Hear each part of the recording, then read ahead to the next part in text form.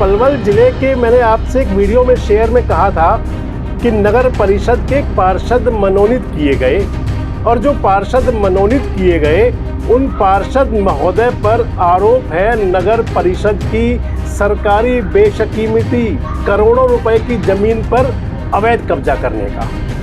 2400 गज ज़मीन बताई जा रही है जिस पर पार्षद जी का अवैध कब्जा हो रहा है। सवाल कर रहा हूं पलवल जिले के उपायुक्त महोदय से कि माननीय डीसी साहब, आपके संज्ञान में ये रिपोर्ट 6 महीने पहले आ चुकी थी, तो आखिर क्यों आपने इस तरफ ध्यान नहीं दिया कि सरकारी ज़मीन का कब्जा छुड़वा लिया जाए? और छुड़वाना तो दूर की बात है, उस पर आज भी अनवरत काम चल रहा है, अनवरत कब्जा हो रहा है। नगर परिषद के चेयरमैन कौन सी नींद में सो रहे हैं, कौन सी चादर तानकर सोए हुए हैं? क्या उनके पास रिकॉर्ड नहीं है? वो चुने हुए जनता के जनप्रतिनिधि हैं, उनको लगभग शहर की 1.5 लाख जनता ने अपने मताधिकार से चुना था। जवाबदेही है, शहर को जवाब देना चाहिए उनको, और मैं तो कहूँगा सीधे सामने आकर जवाब देना चाहिए। एक मेरा तीसरा सवाल है पलवल के विधायक और हरियाणा सरकार के खेल मंत्री से भी। अगर अगली बात करूँ तो जवाबदेही से नहीं बचेंगे यहाँ के सांसद जो हैं फरीदाबाद के कृष्णपाल गुर्जर। दोस्तों नमस्कार, मैं संजय मग्गू और मौजूद हैं देश रोजाना के डिजिटल मीडिया मंच पर। हम आपसे लगातार बात किया करते हैं स्थानीय मुद्दों पर, प्रदेश के मुद्दों पर, देश के मुद्दों पर। उन पर आपके कमेंट्स भी आते हैं। कुछ कमेंट्स आपके पॉजिटिव होते हैं जो हमें सकारात्मक ऊर्जा देते हैं, और कुछ आपके कमेंट्स ऐसे होते हैं जो हमें सीख देते हैं, नसीहत दिया करते हैं। मैंने आपके साथ कल वीडियो शेयर किए थे 2। उनमें से एक वीडियो था खासकर दक्षिण हरियाणा का, और हरियाणा का प्रमुख ज़िला पलवल है। और पलवल ज़िले के मैंने आपसे एक वीडियो में शेयर में कहा था कि नगर परिषद के पार्षद मनोनीत किए गए, और जो पार्षद मनोनीत किए गए उन पार्षद महोदय पर आरोप है नगर परिषद की सरकारी बेशकीमती करोड़ों रुपए की ज़मीन पर अवैध कब्जा करने का। मैंने आपके साथ जब ये वीडियो शेयर किया तो आपके कई कमेंट्स आए, और एक बात मैंने बड़ी महसूस की। वो महसूस बात ये हुई कि जब लोगों को, नागरिकों को, आम जनता को कभी ऐसा लगता है कि उनकी सत्ताधीश नहीं सुन रहे और विपक्ष उनकी आवाज़ नहीं उठा रहा, तो उनको लगता है कि फिर मीडिया का, फिर या जुडिशरी का यानी कि न्यायपालिका का सहारा उनको लगता है कि ये आगे हमारी बात को सुनेंगे और हमारी बात कहेंगे। खैर, ये मन का उद्गार था तो आपसे व्यक्त कर रहा हूँ। मुद्दे पर आपके साथ आ रहा हूं जो कल मैंने आपके साथ वीडियो शेयर किया था नगर परिषद की बेशकीमती सरकारी ज़मीन कब्जा करने का। सवाल के साथ शुरू कर रहा हूं, और सवाल कर रहा हूं पलवल जिले के उपायुक्त महोदय से कि माननीय डीसी साहब, आपके संज्ञान में ये रिपोर्ट 6 महीने पहले आ चुकी थी, तो आखिर क्यों आपने इस तरफ ध्यान नहीं दिया कि सरकारी ज़मीन का कब्जा छुड़वा लिया जाए? और छुड़वाना तो दूर की बात है, उस पर आज भी अनवरत काम चल रहा है, अनवरत कब्जा हो रहा है। दूसरा सवाल मेरा है पलवल नगर परिषद के अध्यक्ष से कि आप तो नगर परिषद के गार्जियन हो, आपको जनता ने चुन कर भेजा है। जिनको जनता ने चुन कर भेजा हुआ होता है, जनता के प्रति उनकी जवाबदेही होती है। भले ही नौकरशाहों की कोई जवाबदेही ना हो, लेकिन जनप्रतिनिधियों की तो जवाबदेही हुआ करती है। आखिर नगर परिषद के चेयरमैन कौन सी चादर तान के सो रहे हैं जो उनकी नींद खुलती नहीं? एक मेरा तीसरा सवाल है पलवल के विधायक और हरियाणा सरकार के खेल मंत्री से भी कि आप बहुत युवा हैं, बहुत एनर्जेटिक हैं। अगर आपको लगता है कि वो कब्जा सही है तो फिर आगे आकर बता देना चाहिए, और अगर आपको लगता है गलत है तो फिर आपको जिले के अधिकारियों को, नगर परिषद के अधिकारियों, अध्यक्ष को, कर्मचारियों को नसीहत देनी चाहिए कि वो अपने धर्म का पालन करें। आपके साथ अब विशेष मुद्दे पर आ रहा हूं, जिस मुद्दे पर आपसे बातचीत कर रहा था। मैंने कल वीडियो में आपसे कहा था कि ये मसला कोई अभी 2-4 महीने का नहीं, ये 40 साल पुराना मसला कम से कम है। उस समय की बात कि जब आबादी शामलात की ज़मीनों को, देह शामलात की ज़मीनों को उनकी रजिस्ट्री हो जाया करती थी। मैं आपको बताऊं, कई लोगों की मंशा, जिज्ञासा होती होगी कि आखिर ये देह शामलात की या फिर साझा पट्टी की या ठुल्लेदारी की ज़मीन हुआ क्या करती है। तो ठुल्लेदारी की ज़मीन को माना गया है कि जो ठुल्लेदारी में जाती है उसके अंदर कई स्थानों पर तो सरकार ने रजिस्ट्रियाँ अलाउड कर दी थी। उनके अंदर हुआ करता है कि जिसके अंदर 1 से लेकर के और 2000 लोग तक प्रभावित हों, उसको माना जाता है कि वो ठुल्लेदारी की ज़मीन है। और 2000 से लेकर के और 10,000 तक लोग जहाँ प्रभावित हों, उसको माना जाता है कि वो खैल पट्टी की या उसको साझा पट्टी की ज़मीन माना जाता है।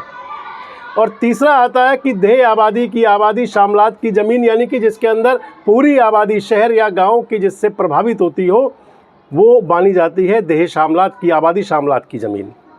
जिस ज़मीन का मैं आपसे जिक्र कर रहा हूँ, जिस पर अवैध रूप से कब्जा करने की बात है, वो आबादी शामलात की ज़मीन है। और उसके अंदर बाकायदा 2007 में जब म्यूटेशन जमाबंदी हुई तो उसके अंदर उसमें दिखाया गया कि ये ज़मीन आबादी शामलात की है। और जो ज़मीनें आबादी शामलात की होती हैं उन पर बाकायदा नगर परिषद या पंचायत का राइट्स हुआ करता है, उसके अलग से नंबर होते हैं, उनका हक होता है कि उन पर काम करें। जिस ज़मीन की बात ये चल रही है, यहाँ लगभग जो 340 खसरा नंबर की ज़मीन है, बताया जाता है लगभग 50 एकड़ के आसपास ये ज़मीन है। बेशकीमती इतनी कि जो राष्ट्रीय राजमार्ग है पलवल से सोहना और गुड़गांव का, जो कभी जयपुर को जोड़ा करता था, भले ही आज इंटरनेशनल और नेशनल एक्सप्रेस वे बन गए हों, लेकिन पुराने राजमार्ग आज भी वही अपनी वरीयत रखते हैं। सोहना मोड़ पर पलवल शहर से बिल्कुल सटी हुई ये ज़मीन है। लगभग बताया जा रहा है कि 50 एकड़ के आसपास ज़मीन है, जिसको धीरे धीरे खुर्द-बुर्द करने की प्लानिंग है। सरकार बड़ी कोशिशें कर रही है। हरियाणा के मुख्यमंत्री हों, चाहे हरियाणा के पूर्व मुख्यमंत्री हों, यानी कि नायब सिंह सैनी साहब हों या मनोहर लाल जी, क्योंकि मनोहर लाल शहरी विकास मिनिस्टर हैं और उनको लगता है कि शहरों का विकास हो, इसलिए पहुँचे थे वो गुजरात में। गुजरात के अंदर गए थे जंगल सफारी का अवलोकन करने की हरियाणा के अंदर एक बड़ी ज़मीन पे बनाए, लेकिन जहाँ छोटे एरिया हों वहाँ शहर के लिए कितना भव्य और दिव्य कुछ बन सकता है। लेकिन यहाँ तो अवैध रूप से कब्जा किया जा रहा है। उस 50 एकड़ ज़मीन को खुर्द-बुर्द करने की प्लानिंग है, जिसमें से एक पार्षद महोदय बन गए जिनको मनोनीत पार्षद बनाया गया। और मैं तो ये कहूँगा कि उनको ये एक पारितोषिक मिला, इनाम मिला। या तो सरकार की नज़र में नहीं था तो फिर अब भूल सुधार हो जानी चाहिए। सरकार की नज़र में अगर कहीं ये ना हो कि भाई इन लोगों के पास कोई सरकारी और ख़ासकर उसी विभाग की नगर परिषद की ज़मीन कब्जाने का आरोप है, अगर वो भूलवश हो तो फिर तो भूल सुधार भी होना चाहिए। लेकिन अगर भूल ना हो और कोई किसी प्रकार की बात हो या कोई शय हो या फिर उनको किसी प्रकार का बढ़ावा दिया जाना हो, तो फिर यहाँ पर बात ये आएगी कि आखिर किस अधिकार से, किस सोच के साथ में और क्या सोच करके बढ़ावा दिया जा रहा हो। जिन पार्षद महोदय पर मेरी पार्षद से कोई व्यक्तिगत रंजिश नहीं है, मैंने उनको आज तक रूबरू देखा भी नहीं कि वो कैसे हैं, कौन है। ज़रूर उनसे बात ज़रूर की थी और उनसे पूछा था उनका पक्ष जानने के लिए, हालांकि नहीं बताया उन्होंने। 2400 गज ज़मीन बताई जा रही है जिस पर पार्षद जी का अवैध कब्जा हो रहा है। अवैध मैं बार बार इसलिए कह रहा हूं कि डीसी साहब की बनाई हुई कमेटी ने मान लिया कि ये ज़मीन नगर परिषद की है और नगर परिषद यानी कि सरकार इसको अपने कब्जे में लेकर यहाँ पर जनहित के कार्य करे, जन सुविधा के कार्य यहाँ पर किए जाएं। इस ज़मीन पर जिसको मैं आपको बता रहा हूँ लगभग टोटल 50 एकड़ बताई जा रही है 340 खसरा नंबर में।